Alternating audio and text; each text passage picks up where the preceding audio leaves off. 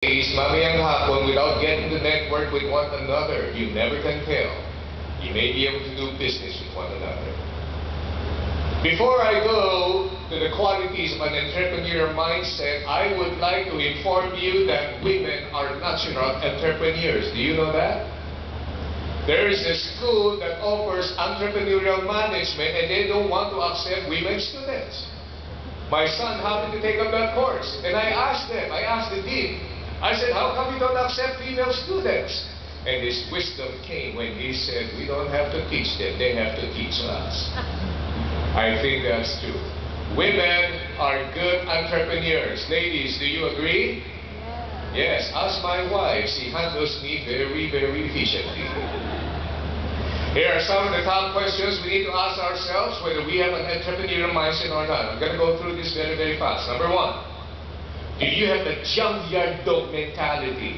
What do I mean? Junkyard dog mentality. Nakapanood na ba kayo ng mga action film? Yung bida tumatakbo kay hinahabol na yung mga mamamatay tao and then they jump into a junkyard, nabasag na yun yung mga Rottweiler, mga aso. Have you ever seen that scene? Yan ang tanong.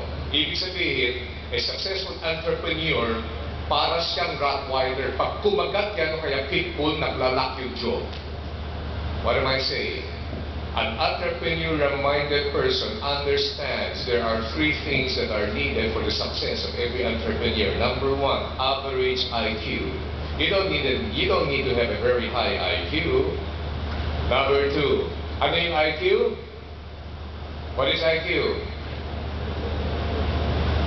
Everybody, okay, what is IQ? Intelligence quotient. Now, you gotta have an average or a little above average IQ, but you gotta have a very high EQ. What is EQ? What? Emotional quotient. Now, you know what? If you have a high EQ, you have an average or above average IQ, you can be a very good businessman, but to be an excellent entrepreneur, you gotta have an average or above average IQ, you gotta have a high EQ, you gotta have a high AQ. What is AQ? Adversity quotient. I came from the manufacturing or garments many years ago. Remember the Pareto principle, the 80-20 rule? For every 10 styles that are put out in the market, I expect about 7 to fail. But the 3 styles that will make it will be more than enough to compensate for the losses and make some hefty profit for me in return. That's why when people ask me, Francis, what is your business? Are you manufacturing jeans? I said, no, I'm managing my failures. You show me a person na walang AQ na humarap sa failures in life, it's better that you don't go into business. As a matter of fact, most people who are in business will tell you the fact that when they started out, tuition fee ang bayad doon.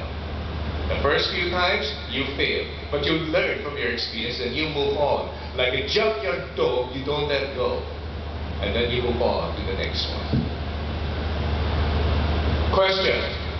Are you a product or are you a business? My friend Dr. Tintin Tan asked this question often. Sabi niya, Francis, siguro kung nagtatrabaho sa isang company, even if you're the country manager, you are a product, you're not a business. But when you leave that company and you go on your own, now you are in business. This is why I have known of so many very famous country managers for a huge multinational company. Once they resign or retire from their companies and they go out into their own business, they did not succeed. You understand what I'm saying? The difference between a product and a business. Do you have the mentality to face running after funds to meet your your payroll and payables? Next question. Do you have the stomach for nagging suppliers who are after you because your bills are overdue? Next question. Can you face rejections from friends and contacts you thought would support you, but now that you are useless to them because you have retired from your job, will they still be there in a position to help you?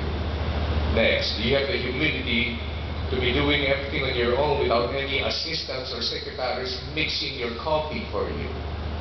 A product and a business, they're not the same. The next question we got to ask ourselves about the entrepreneurial mindset is this. Are you willing to commit all your time and energy into your idea? Entrepreneurs breathe business, they smell business, they sleep business, they wake business. Hindi mo matanggal sa isip nila yan. Ngayon, show me a person who gets distracted all the time and I'll tell you there is the making of a person who will not succeed in business. The question here now is this: are you going to commit everything you've got to that very idea of the business that you are planning to enter into? A couple of years ago, there's this bright young guy who is very, very good with technology. He wanted me to partner with him in a business in IT and computers. You know, I started out the first few weeks, I worked with him. Finally, I said, no way, I can't partner with you. You know why? He was not willing to let go of his other employments. You cannot operate your business by means of remote control. There is no such thing. You gotta be totally committed and involved in your business. Next is this, number 3. Do you like working with people? How many among you love working with people? Taas ang kamay. There you go. How many among you do not like working with people? Taas ang kamay. Next question, how many among you, kahit anong tanongin ko, walang kamay? Taas ang kamay. How many among you are Chinese in origin and ethnic Chinese? Taas ang kamay. Let me see. Okay, how many among you are non-Chinese? Taas ang kamay. Okay, no wonder. Because Chinese are not very expressive people. Do you know that? Yes.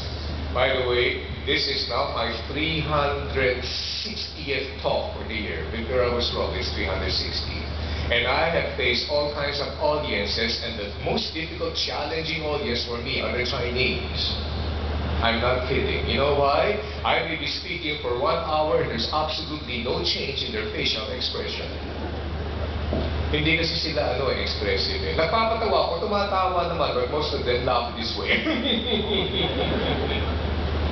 Not you guys, come on, participate. Do you like working with people? That's the question. Why? Hindi po lahat ng mga taong kausap natin are pleasant people. Do you agree? Let me ask you a question. There are 2 people in the world. One, there's you. The other one, your customer. Who is the most important person in the world for you? The customer. Next question. There are 2 people in the world. One, there's you. The other one, your customer. One of them will have to die. Who do you want to die? You or the customer? The customer. Do you realize that? You are the most important person in the world. Why? Most customers will be very difficult to handle. Am I correct? Is it true? They say that the customer is always right? No such thing. But it is not your job to prove them wrong. Our job is to serve them well. And then they will correct themselves, but they'll never apologize. Here now is the key. If you don't have enough to be working with people, then I suggest you be a professional. Entrepreneurs, understand, iba-ibang klaseng tao ang kausap ko, iba-ibang klaseng toyo meron yan. So you gotta deal with them. May I surprise you with a research survey that says by Stanford that success is 87% people skills and 13% product knowledge. That's the key. You know, after speaking one time, one pretty girl approached me and said, "But Sir Francis, I just don't like people. What should I do?" And I smiled and I said, "Sweetheart, get another life." Number 4, do you have a talent for focusing on the solution, or are you a problem-oriented person? Those 2 things are not the same. Successful entrepreneurs realizes that they are dealing with fires all the time, but they are focused on the solution. If you do not have this kind of a mindset, you know what's going to happen to you? You're going to be focusing on the problem all the time, and that will be a very debilitating experience. During the head of the space race in 1960s, the U.S. National Aeronautics and Space Administration, or NASA, decided they needed a ballpoint pen to write in zero-gravity confines in its space capsules. Ang problema kasi nila, how can they document their findings? Their ball pen cannot write in zero-gravity. That's a problem, isn't it? They focus on the problem. What did they do? They spent millions of dollars developing an anti-gravity pen which is still for sale today. When you visit NASA, it's in their souvenir shops.